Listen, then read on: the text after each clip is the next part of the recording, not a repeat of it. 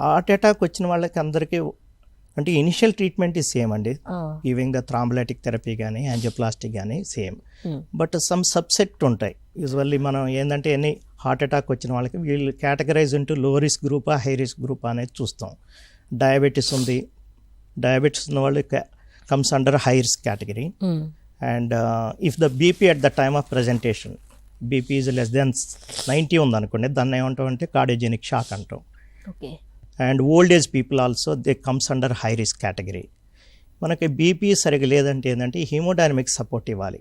హీమోడైనమిక్ support ఎట్లా ఇస్తామంటే initially మెడిసిన్స్తో ఇస్తుంటాం, like vasopressors like noradrenaline, dopamine, ఇవి ఇచ్చేసి బీపీ కంట్రోల్ చేస్తాం. ఒకవేళ కాలేదు అంటే we will go for the supportive mechanical supports like IABP, intraaortic balloon pump, or left ventricular assist devices, impeller device. There are more devices are available.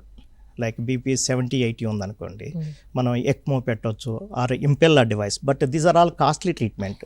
మనం if you want go for the impeller ఏమవుతుందంటే catheter inside the left ventricle పెడతాం, అది సక్ చేసి motor ఉంటుంది, సక్ చేసి అయోటాకు పంపిస్తుంది blood, దాన్ని impeller device అంటారు. It self it cost about 15 to 20 lakhs. So cardiogenic shock not responding to any treatment, we'll use the impeller device or ECMO device, then we'll go for the angioplasty. There is chance of saving the patient.